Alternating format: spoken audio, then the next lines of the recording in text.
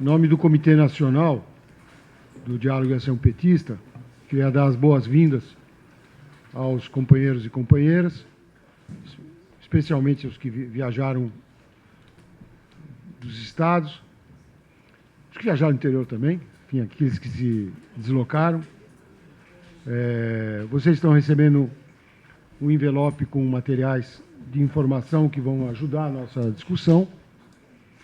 O encontro se realiza sobre a base, vamos aguardar o credenciamento, mas de 55 reuniões de grupos de base realizadas, onde foram eleitos 92 delegados e convidados.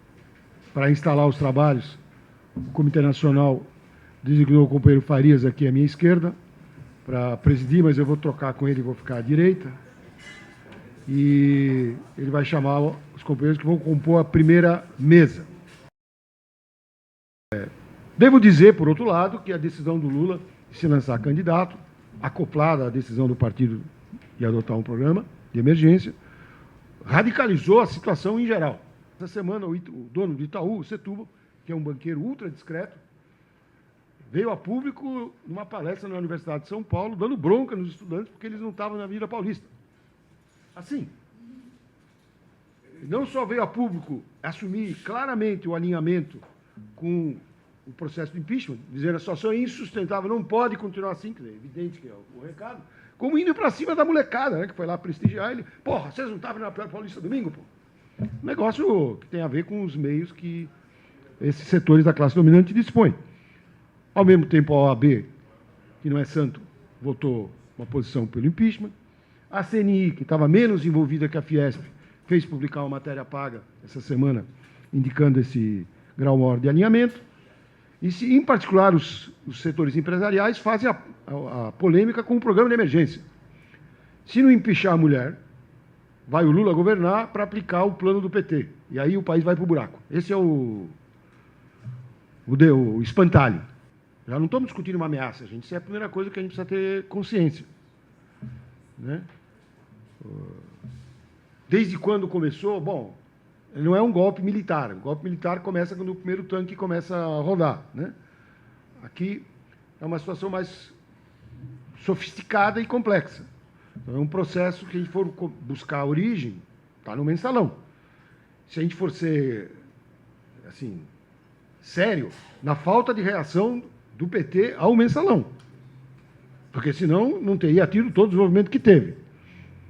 E é evidente que a figura do juiz, para ficar entre os juízes, do juiz Moro, que é um juizinho de instância, hoje é muito maior no país do que em qualquer momento foi a do Barbosa, mesmo quando ele era presidente do Supremo. Então, não é um problema de hierarquia, é um problema da mobilização da classe dominante que vai encontrando um instrumento. Que instrumento ela poderia ter para ter um golpe de Estado no Brasil? As Forças Armadas, no momento, não são um instrumento para isso. O Congresso não tem autoridade, se é que teria quem o conduzisse. O Executivo é o problema. Está fora de controle direto da classe dominante, embora esteja bem recheado, como a gente sabe, pela coalizão. Mas está fora do controle. Então, nós vamos a um elemento do Brasil, não é único no mundo, mas é bem particular da sociedade brasileira, que aqui o Judiciário, e em particular o Supremo, nunca faltou à classe dominante. Nunca. Aqui a classe dominante deu o golpe de Estado para depor presidentes, parece até que matou um, não o que se suicidou, o Jango, que teria sido envenenado, não sei se é verdade, mas ela depôs presidentes, ela fechou o Congresso, mas o Judiciário sempre continuou funcionando. Teve que aposentar 3 juízes, mas isso é um detalhe, porque a instituição como tal nunca foi tocada. Nas ditaduras vizinhas não é assim, gente. No Chile tiveram que fechar o Judiciário. Então, a gente tem que ver cada país a realidade concreta, e aqui o Judiciário tem esse... chamado o bunker da elite brasileira, é o Judiciário. Esse nunca faltou à sua classe. E tem a ver com o fato que ele não é eleito, naturalmente. Então, a meritocracia, o acompliciamento, o fato que eles são proprietários, tudo isso acaba por ajudar que a condução seja a que foi. Hoje, o Moro só pode fazer o que faz porque o Supremo banca. E o Moro foi pouco... Eu não sou jurista, tem pessoas que entendem mais do assunto aqui que eu, né? Mas ele veio pouco a pouco empurrando a fronteira da legalidade dele. E está se dando direitos que ele não tinha, que eram impensáveis na época de Joaquim Barbosa, né? E, ultimamente, ele virou o Bonaparte, para usar outra expressão marxista de origem. Ele está se comportando como um líder bonapartista, né? Ele fala a nação diretamente,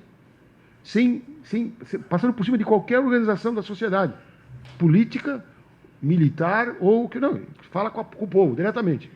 Evidentemente que a Rede Globo ajuda, porque senão quem ia saber o que o Moro disse. Mas é um instrumento de um tipo de relação por cima da sociedade organizada para desorganizá-la, né? Na verdade, nós sabemos que o objetivo do bonapartismo é sempre destruir as organizações da classe inimiga, que é o proletariado. Então, a investigação de Ministério Público no Brasil é exatamente o que está sendo feito na Lava Jato. Eu tenho um resultado, eu quero este resultado, eu penso que o Lula tem responsabilidade nas coisas, então eu vou construir uma investigação que dê sustentação àquilo que eu já tenho de pré-julgamento na cabeça.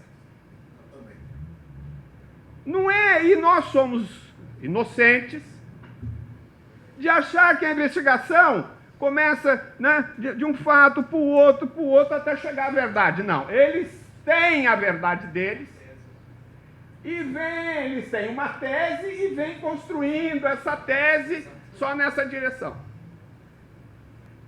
Já em 2004, o juiz Sérgio Moro reclamava da carga excessiva exigida para a análise de provas que você tinha para embasar as condenações do direito processual penal brasileiro. Que a solução devia ser uma relação direta do juiz com a opinião pública esclarecida. Do juiz com a opinião pública esclarecida. Não é qualquer opinião pública, não. É a opinião pública esclarecida. Fazendo pressão para diminuir as formalidades exigidas no processo penal. Que o juiz tinha que disputar, junto com a mídia, as condições reais do processo. Nós estamos vivendo uma conjuntura econômica difícil, com perda da legitimidade da classe política na Itália, um aumento da corrupção do poder executivo, e para isso nós precisamos de um reforço do poder judiciário para julgar as ações sobre esses temas. E nós devemos ir retirando a competência gradualmente do poder executivo e do poder legislativo. Amigos, não sou eu que estou falando. Isso é uma análise que o juiz Sérgio Moro fez sobre a Operação Mãos Limpas na Itália em 2004, portanto, há 12 anos atrás. Muito bem. E aí vamos para frente. Aí, ele, já nesse artigo, ele fala assim, o judiciário está acovardado. O juiz que queira seguir as regras do processo penal brasileiro não condena ninguém. Fica na defensiva. Então, nós temos que formar um grupo de juízes de ataque. Juízes de ataque. Em função do fenômeno da deslegitimação das lideranças políticas e dos partidos políticos, o Poder Judiciário tem que usar mais a mídia. A ideia de que os magistrados tenham todas as informações, que possam dizer na mídia quem é quem nos episódios investigados. Isso faz aumentar e fará aumentar o número de delações premiadas e de acordos e de colaboração e de confissões. No caso do Lula, houve a condução coercitiva sem que ele tivesse sido intimado anteriormente. E ele reclamou disso, e os advogados do Lula reclamaram disso. Sabe o que os promotores da Lava Jato disseram? Nós fizemos isso com 116 pessoas. Ele é só o 117. Nós mandamos vir condução coercitiva na primeira vez. Isso é uma ilegalidade. Isso é uma ilegalidade. O que nós fizemos até agora, acho que foi importante, mas ele é insuficiente para daqui para frente. Então, foi maravilhoso ontem a atividade, né? Mexeu com os nossos sentimentos, deu substância, energia para a nossa militância ir para a rua. Agora, nós estamos indo num movimento generalista, do ponto de vista. Acho que nós temos que ser mais contundentes. Que em 64, o golpe de 64, era para impedir as famosas reformas de base que o Jango queria implementar. O golpe agora é para revogar as medidas que foram feitas. E uma delas é a questão do pré-sal. Tá certo? Então, acho que esse é um dado que a gente tem que colocar. Por mais crítica que a gente possa considerar, mas a lógica é isso. Nós tivemos um governo que implementou e que agora eles avaliam que é possível, não tinha correlação de força para impedir essas mudanças feitas, então, portanto, todo o esquema, toda a estratégia está baseado nisso. Nós não temos instrumentos, ferramentas de trabalho para essa conjuntura. Certo? O militante vai na sede da CUT, o militante vai na sede do PT. Eu estou me apresentando aqui como militante para enfrentar. O que eu faço? Qual a tarefa que eu tenho que fazer? Quais são as ferramentas que eu tenho? Você não tem um boletim, você não tem um adesivo, você não tem absolutamente nada para os companheiros. Então, tu fala assim, nós precisamos conquistar os corações e mente do conjunto da população, no local de trabalho, nós temos que discutir na porta de fábrica, nós temos que discutir na feira, nós temos que discutir dentro da universidade. Esse é o nosso papel. Tem uma palavra agora em moda que é chamada narrativa. Tá certo? Qual é a narrativa nossa que nós vamos fazer para discutir o golpe? Eu estou citando a questão do petróleo. Essa é uma narrativa. 2, estou vendo aqui o companheiro Sérgio Ronaldo. O que significa o golpe? O que significa isso em relação aos servidores públicos? Significa quebra de concurso público, quebra disso, que não sei o quê. Do ponto de vista uma importante luta que nós conquistamos agora, que é a lei da empregada doméstica, isso incomoda a elite. Então, significa a revogação disso. Nós temos que criar mecanismos do ponto de vista dos programas nossos, da Minha Casa Minha Vida, tá certo? De vários programas. O que significa o golpe para os trabalhadores? Significa terceirização, significa fim das estatais com PLS. Nós precisamos dialogar, nós vamos colar isso, que o golpe significa isso. Então, acho que esse é o instrumento que nós temos que ter. Então, significa uma ação cotidiana, não é uma corrida de 100 metros raso, é uma corrida de maratona. Então, significa que nós vamos ter um longo período cotidiano de atividades. Nós precisamos de ações também que, numa conversa que tivemos, está sendo programada, ações no plano da economia. Então, por exemplo, dia 29 vai haver o lançamento do Minha Casa Minha Vida 3, com previsão de recursos para as entidades, que era uma reivindicação antiga, que eles só estavam querendo fazer Minha Casa Minha Vida 3 com empresas. A presença do Boulos ontem lá, embora não sei se estava toda a turma dele, era um indicativo de que, finalmente, essa proposta de recursos para as entidades abre o diálogo com um setor importante aí do movimento de moradia.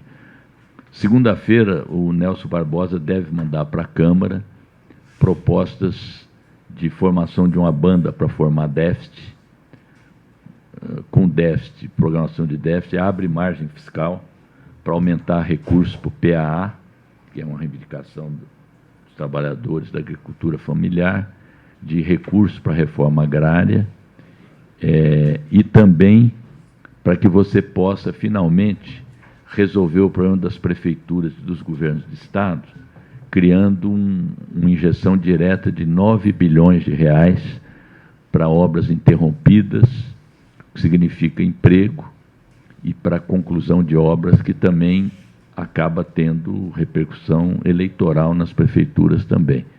Tudo isso ele afirmou que fará numa conversa que teve conosco na quarta-feira, com Lula presente, e a questão da reforma da Previdência, embora ele continue falando, mas vai ficar sendo debatida lá naquela comissão quadripartite criada pelo governo.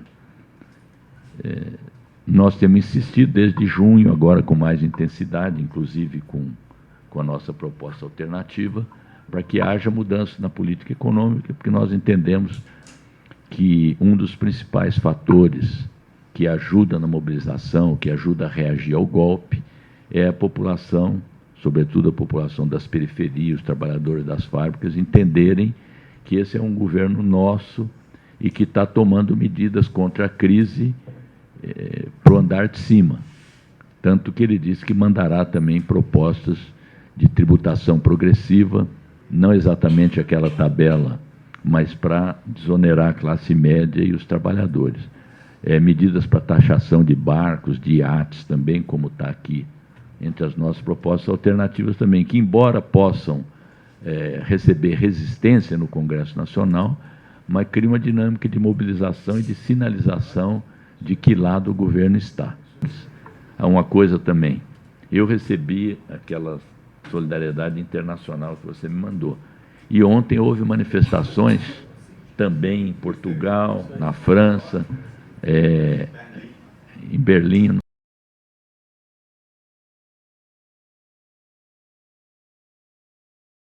Eu acho que nós estamos num momento que é muito crítico do ponto de vista da democracia, que está sendo ameaçada.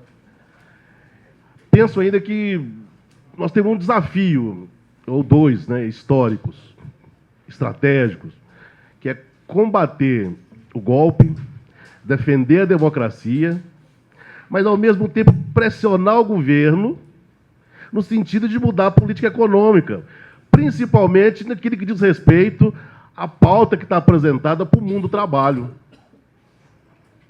A reforma da Previdência, do jeito que está propondo lá, não dá para conversar. Eu, pelo menos, as informações que a gente tem tido é algo assustador. Nesse cenário onde que as forças conservadoras avançam, a proposta também de reforma trabalhista, não dá também, não dá. E quando eu digo que tem um ataque orquestrado ao movimento sindical, para a gente dialogar aqui, eu peguei um pouco os 55, 55 ameaças aos direitos dos trabalhadores no parlamento. Entre terceirização, redução da idade penal, instituição de acordo extrajudicial de trabalho permitindo negociação direta entre empregado e empregador, impedimento do empregado demitido de reclamar na Justiça do Trabalho, suspensão do contrato de trabalho, prevalência do negociado sobre o legislado, prevalência das convenções coletivas do trabalho sobre instruções normativas do Ministério do Trabalho e Emprego, livre estimulação das relações trabalhistas entre trabalhador e empregador, sem participação do sindicato, regulamentação do trabalho intermitente por dia ou hora, estabelecimento do Código de Trabalho, redução da jornada com redução de salários. Os cara querem o golpe, mas olha o que está no forno. Ou seja, nós temos que ter um discurso muito tranquilo para mostrar para o trabalhador, porque o golpe não é a lógica que estão dizendo aí que é acabar com a corrupção, como se a corrupção fosse algo pertinente ao Partido dos Trabalhadores, ao PT, à esquerda. Na verdade, eles querem aprofundar na retirar direitos dos trabalhadores, ou seja, todos os direitos assegurados ao longo dos últimos anos, eles querem derrubar, querem varrer para debaixo do tapete. Eles querem colocar o povo brasileiro na escravidão, na miséria.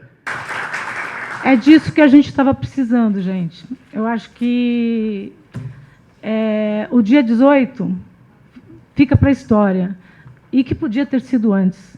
A militância estava há muito tempo dizendo, eu preciso ir para a rua. Nós estávamos dizendo há muito tempo, preciso ir para a rua. Eu quero dizer, na fala do nosso deputado, Luiz Geraldo, ele comentou aqui dos sobreviventes, mais ou menos isso. Na fala, estou sintetizando, do que somos hoje. Eu administro uma cidade, no segundo mandato, incrustada numa região que é a Baixada Santista, que tem mais de 2 milhões de habitantes e que nos finais de semana tem mais de 5 milhões de habitantes, de todos os municípios do estado de São Paulo que entram e saem daquela cidade. E a cidade nunca foi uma prioridade para o Partido dos Trabalhadores, ainda que tenha sido o segundo diretório do PT, da fundação do PT, foi no município de Cubatão.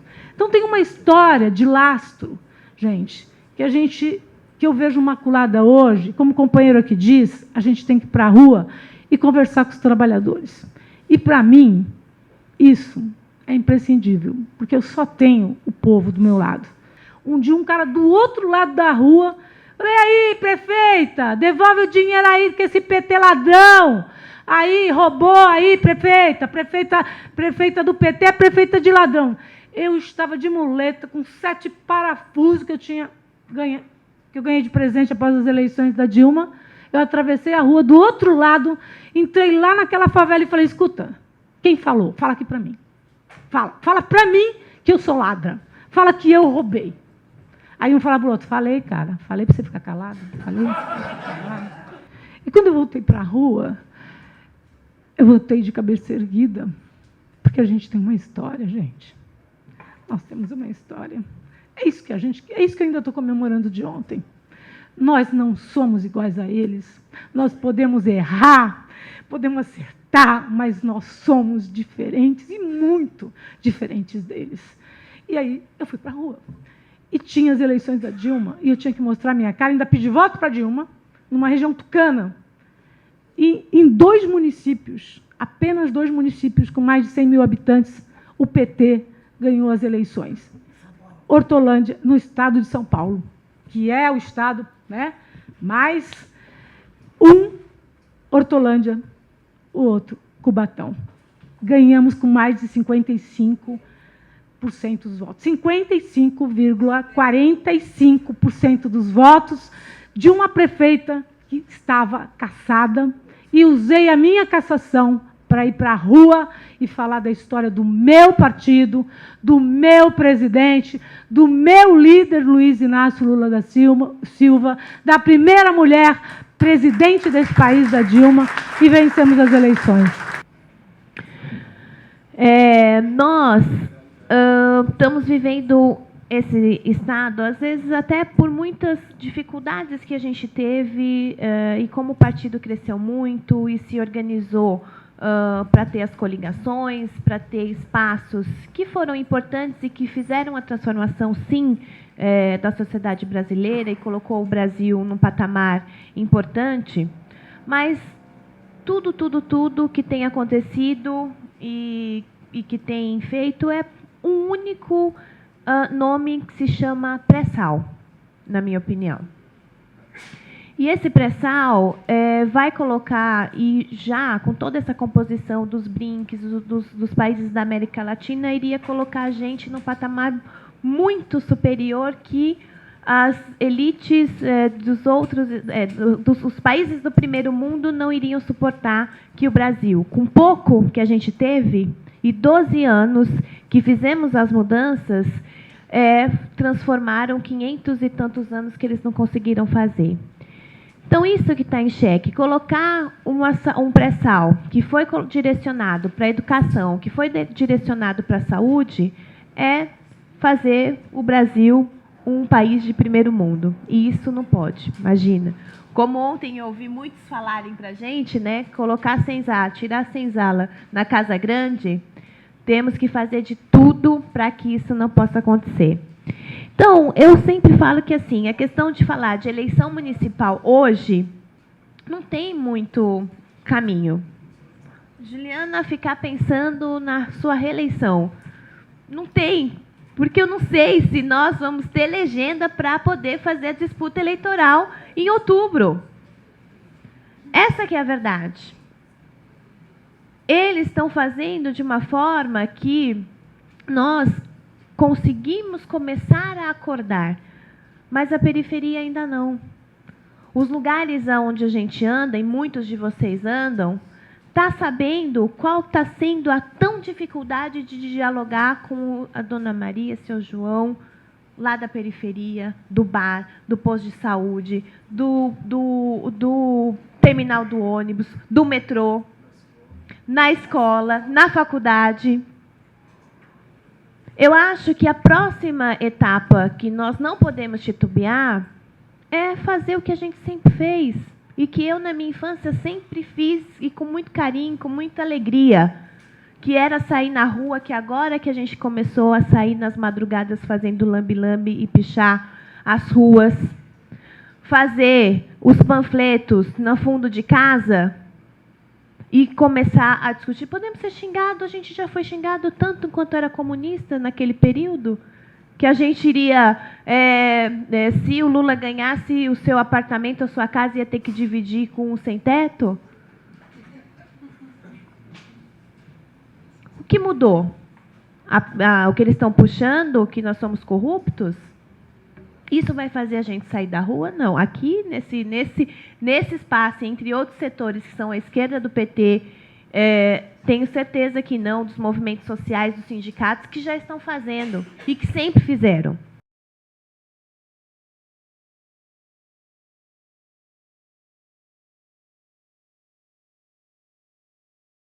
Bem, boa tarde a todas e todos.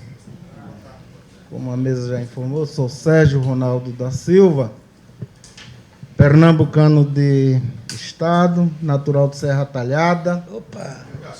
Cangaceiro. Por que estou falando isso? Porque me filiei ao PT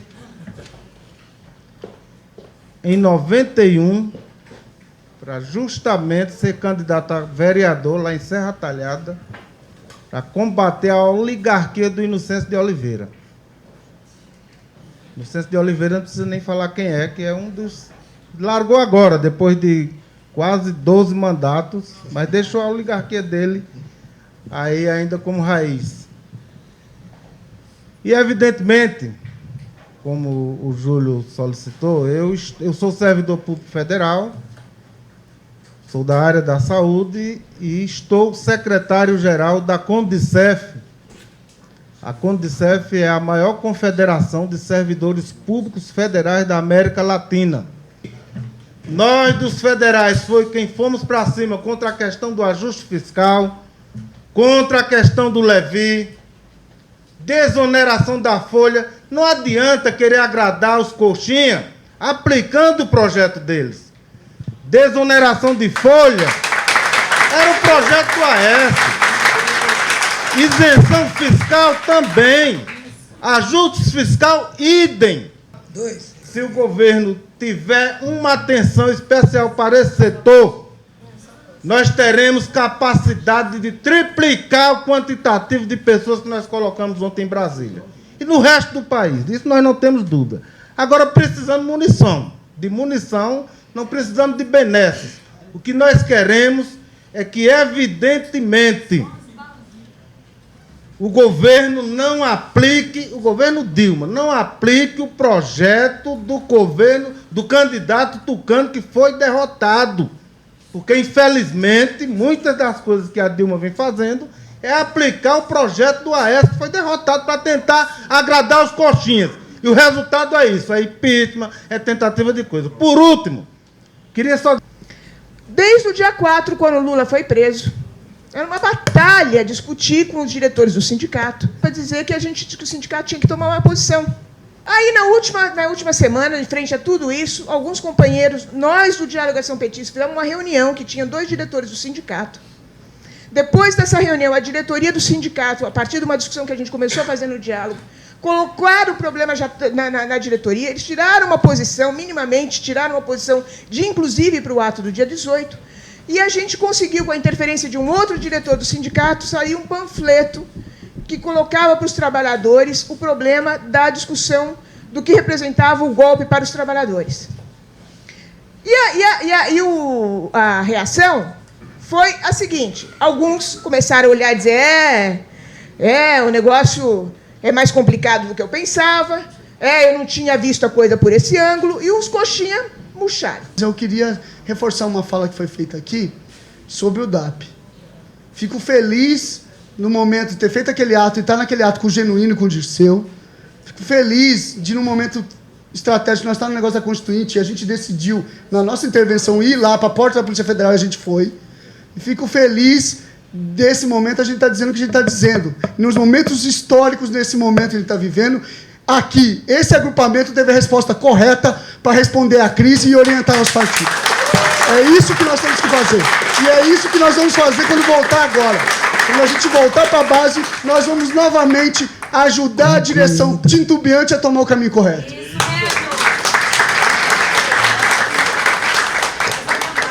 Eu acho que nós temos que se prender. Aí que vamos incendiar esse país. O Sted falou, então 2.000 municípios, vamos comparar as estradas nesse país. Vamos para a guerra geral. Aí eu quero ver. Aí que eles vão ver o que é crise. Porque não sabem o que é crise.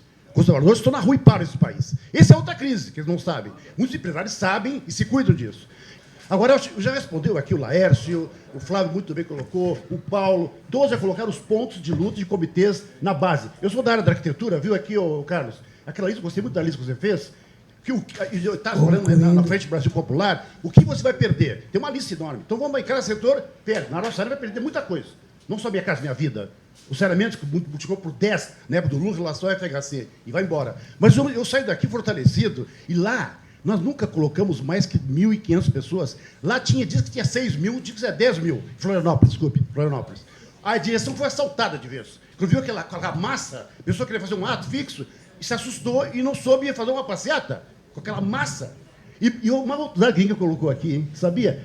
Houve está havendo filiação expressiva com o Partido Trabalhador. A juventude está vindo para o PT. Nós temos que conversar com a juventude. Está chegando agora aqui também. Né? Obrigado. Porque, infelizmente, a gente não tem o respaldo do partido no município.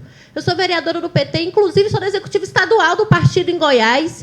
Recentemente, eu abri mão da minha vaga na executiva porque é muito distante para eu me locomover toda semana para estar lá e chegar lá e a gente não vê debate que, de fato, façam as transformações do nosso município. Então, eu vou lá, a gente fica em discussões que não trazem resultados, eu perco um dia inteiro de trabalho e não temos resultado na nossa região. Então, assim, lá a gente está sofrendo e a gente não vê intervenção do PT em ajudar a gente no debate, a gente é massacrado, a Deise está... Sabe que como é difícil, como eu enfrento tudo sozinha lá na Câmara de Vereadores e a gente não tem respaldo. Hoje, mais cedo, alguns companheiros pediram para eu falar, eu tive a oportunidade de abordar o Rui Falcão aqui na saída e falar, presidente, nós precisamos de material, nós precisamos de ir para a rua. Não tem como a gente fazer intervenção com os militantes, com a nossa comunidade, sem a gente ter nenhum papel que a gente possa respaldar. Lá na nossa cidade, a gente tem uma cultura de panfletar na feira. Como que eu vou para a feira abordar se eu não tenho um papel que possa explicar para eles o que está acontecendo? Simplesmente o Rui Falcão parou e me falou, a gente não tem como fazer, a gente não vai fazer, que vocês façam lá. Que respaldo é esse? O PT, o partido, eu contribuo com R$500 todo mês em débito em conta. E quando a gente pede um papel, porque eles possam mandar para lá, eles não mandam. Se o partido, a gente queria que, se fosse possível, tirar essa resolução daqui. Se o partido não se organizar, não é somente mandar a mensagem por WhatsApp, isso não vai fazer diferença. Se a militância não sair para a rua e não formar os militantes, sabe por quê? As pessoas que defendem o PT lá, que não são direção, eles não sabem o que falar. Eles estão perdidos. E os nossos militantes estão sendo pautados pelas mídias, pelas grandes mídias. E isso, infelizmente, por quê? Porque o Partido dos Trabalhadores não faz o material e distribui e fala aqui, gente, isso é o que está acontecendo. Aí fala que não tem... Ele me falou, a gente não tem recurso financeiro para isso. Ué, eu falei, me desculpe, Rui. Aí vieram me questionar. Eu falei, Rui, quando era na campanha, parava a carreta lá no comitê, de madrugada, eu tinha que sair e ir lá para o comitê receber carreta de material e eu não tinha nem pessoa para distribuir. Eu não quero carreta de material, eu quero um pouquinho de material que a gente consiga ir para a rua. Não é possível que um pouquinho de material o PT não consiga se organizar para fazer e entregar para os militantes para a gente ir para a rua. Isso é inadmissível. A gente vai perder o quê? Vai perder um governo porque a gente não tem dinheiro para fazer material para a militância ir para a rua? Nós teríamos também que discutir a campanha eleitoral, com mais detalhe. Mas acho que foi feliz a Juliana quando falou que, bom, que eleição vai ser essa? Vamos ter uma legenda? Ninguém sabe. Nós sabemos que, se tiver, vai ser uma guerra de destruição do partido, a eleição. Em geral, a eleição, digo para nós, com licença, não é o centro do mundo. Eleição municipal, né, não é o poder da nação que está em jogo, com toda a importância que sempre tem, como terreno de construção do partido. Mas essa eleição, se o PT tiver uma legenda, vai ser talvez mais importante que algumas eleições presidenciais que nós disputamos ganhando ou perdendo. Agora, com todos esses problemas, o PT é a ferramenta que nós temos. Não porque nós somos petistas, é porque é a ferramenta que o povo brasileiro tem, não tem outra. E aqui nós estamos naquela situação do peão, que tem que entregar a produção, e a porra da ferramenta não está legal. E o que ele vai fazer? Ele vai trabalhar com aquela ferramenta. Ou o soldado está na frente de batalha, o fuzil engripa, e ele vai fazer? Ele vai atirar com o fuzil que ele tem. Né? Nós não temos tempo político para fazer outra coisa. Já não tínhamos antes. Não é pouca coisa que está em jogo. O ato de ontem, que todo mundo aqui elogiou, eu, quando a minha fala, fui bem cool lá, para tentar sentir o plenário. Né? E agora, eu quero dizer para vocês, foi muito bom, mas não teria sido possível sem que o PT tivesse adotado, 3 semanas atrás, o programa de emergência, o Lula se lançado candidato e aí precipitado tudo. Né? Me preocupa que o Lula já disse que, não é, que voltou a ser Lulinha Paz e Amor, como eu disse, porque me preocupa. Né? Eu também acho. A linha que permite enfrentar é o pão, queijo, isso é um fato. Mas está muito além de ser uma briga aqui. Que, como disse o Nixon, o saudoso Nixon, que era um filho da puta, mas não era bobo, em 1971, para onde se inclinar o Brasil, vai se inclinar a América Latina. Na época não era evidente, hoje é óbvio. Mas é essa a realidade no comando do imperialismo já faz algumas décadas. E aqui eles seguem de uma maneira que tem que saber onde isso vai dar, não pode deixar terminar para ver o que acabou. Não, e vão intervir, já estão intervindo. A forma é que nós vamos ter que fazer aparecer. Essas reuniões de volta, qual é o objetivo delas? Nós vamos propor organizar o conjunto da classe? Não vamos, gente. Nós não temos esse mandato, não tem esse tempo. Né? E, ao mesmo tempo, nós almejamos isso. Vai. Só que a gente tem que saber que dia dessa história nós estamos. Né? O que nós vamos fazer? Nós vamos para dentro das organizações, meus amigos. Que nem uns loucos. Dizendo o seguinte, tem que ir para a base, gente. Tem que dialogar para a periferia. Tem que ir para os locais de trabalho, para os locais de estudo, e dizer as coisas como são, dar nome aos bois, falar claro. E o diálogo disso vai promover alguma coisa, o tamanho da coisa. Nós temos que ir para dentro das organizações para encontrar os meios de ir para a base, chegar na base. Não tem, na minha opinião, uma receita universal. Comitês contra o golpe, comitês pela legalidade, pode ser. Se não for a gente se fechar e dizer que nós vamos fazer o comitê, se não for isso, se não for dizer que passa por nós a resistência, se não for isso, então nós podemos discutir de que comitê se trata. E aí não vai ter uma resposta universal. Quando o sindicato tem esse bloqueio em cima, em alguns casos é uma composição, é flexível, eu estou pegando os extremos. Nesses casos vai poder ser um comitê contra o golpe, porque os sindicatos, se você ganhar a maioria da direção do sindicato, então é outra situação. Mas não tem que economizar essa disputa.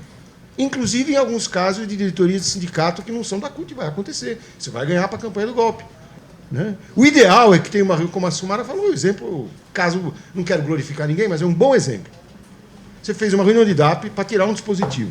Você foi para cima da diretoria. A diretoria entrou para o ato e até tirou um panfleto, coisa que a maioria da diretoria não tirou. Então, por que eu vou economizar esse caminho que dá trabalho? Não é assim, dá trabalho. Mas por que eu vou economizar esse caminho proclamando um comitê e saindo com um panfleto logo do comitê? É burro. Porque o que o trabalhador está esperando é que a direção que ele elegeu faça o que ele elegeu ela para fazer. Isso que dá a base para a unidade a mais sólida. Esse é o melhor. O melhor não é 500 comitê, o melhor é 500 sindicatos. O governo não mudar de política. Veja o depoimento que a prefeita de Cubatão deu. A cidade está sendo desmantelada. Ela vai ser obrigada a fechar o hospital da cidade, que é um hospital padrão da região, municipal. Para não falar a qualidade de escola, tudo que ela conseguiu fazer, ela vai tudo para o saco. Ela vai explicar o quê? Que é uma conspiração do imperialismo, que o Moro foi para Washington estudar. Isso aí não vai funcionar, essa explicação. Vai provavelmente se ferrar na eleição. Então, se o governo não mudar de política. E enquanto tiver com a caneta na mão, gente, eu vou fazer um paralelo aqui. O Maduro, na última eleição, perdeu feio. Não foi na rua está pau a pau. Mas na urna ele perdeu feio. E ali tem a verdadeira relação. Porque na rua depende de quem mobiliza, os meios, o momento. Na urna é a urna. Ele perdeu na favela chavista. Mas ele está com a caneta na mão. Então, enquanto ele tiver com a caneta na mão, enquanto a relação de força permitir, o governo pode e deve reagir, e é isso que a gente deve exigir. Eu concordo com os que estão preocupados com o que vai acontecer depois. Mas, antes de a gente esclarecer tudo o que vai acontecer depois, tem um caminhozinho aí. Talvez não venha esse depois, venha outro depois. Né? O Chaves citou uma vez, no Fórum Social Mundial, ele provavelmente não sabia quem ele estava citando, uma frase que diz que é o látego da contra-revolução que faz avançar a revolução. E é verdade. Então, aqui a contra-revolução está nos chicoteando assim que nem... Né? Para Dilma falar o que ela falou, que alguém lembrou ontem, vocês viram as declarações da Dilma? Não parece a Dilma que a gente conheceu há um ano, quase um ano e meio. Que só punha água na fervura, só punha água na fervura. Agora ela está acusando o Moro, está processando o Moro. É uma mudança. Até onde vai isso? Não sei. Eu não quero ser mais otimista que o necessário, porque, ao mesmo tempo, o Barbosa estava numa reunião com empresários, prometendo para eles não as coisas que o Rui anunciou aqui para nós, na Parlamento, prometendo a reforma da Previdência de novo, que mantém, que não sei o que lá. Mas nós temos que saber o que nós queremos e o que nós vamos dizer para a base. Não tem reforma da Previdência, somos contra. Não é para dizer para a base, fica tranquilo que já está decidido. Não está decidido nada. Né? Vai ser decidido na rua pela força da mobilização. O lado de lá não tem comando. Pode ter um escritório da CIA trabalhando dentro do gabinete do Moro e organizando tudo. Uma célula de crise, como eles fizeram nas Revoluções Laranja e em algumas experiências da Primavera Árabe. É possível. Mas eles não têm legitimidade na rua. Eles não dirigem ninguém. Você botar o cara do MBL na televisão, ninguém sabe quem é esse cara. Nós temos líder. Então, a massa que veio com a gente até aqui, ela tem a quem se dirigir, e, em alguma medida, a capacidade de influenciar o resultado do que pode sair. Não está dado, pode não dar certo, mas é uma situação diferente. A literatura militar é plena de exemplos de coligações militares amplíssimas, de 4, 5, 6 exércitos, que tem muito mais soldados e que perderam a batalha, porque do outro lado lá tem um exército menor, mas com comando, com coesão e com vontade de ganhar. Então os outros se dividem, disputam entre eles o tempo todo. Gente, eles foram escorraçados da Avenida Paulista, os que seriam líderes. Então não tem o que unifique mesmo, não é porque eu não gosto deles, é porque a base dele não gosta deles. Então isso é um elemento a favor, que joga na situação política ainda. Partido é dos trabalhadores! Partido é dos trabalhadores! Partido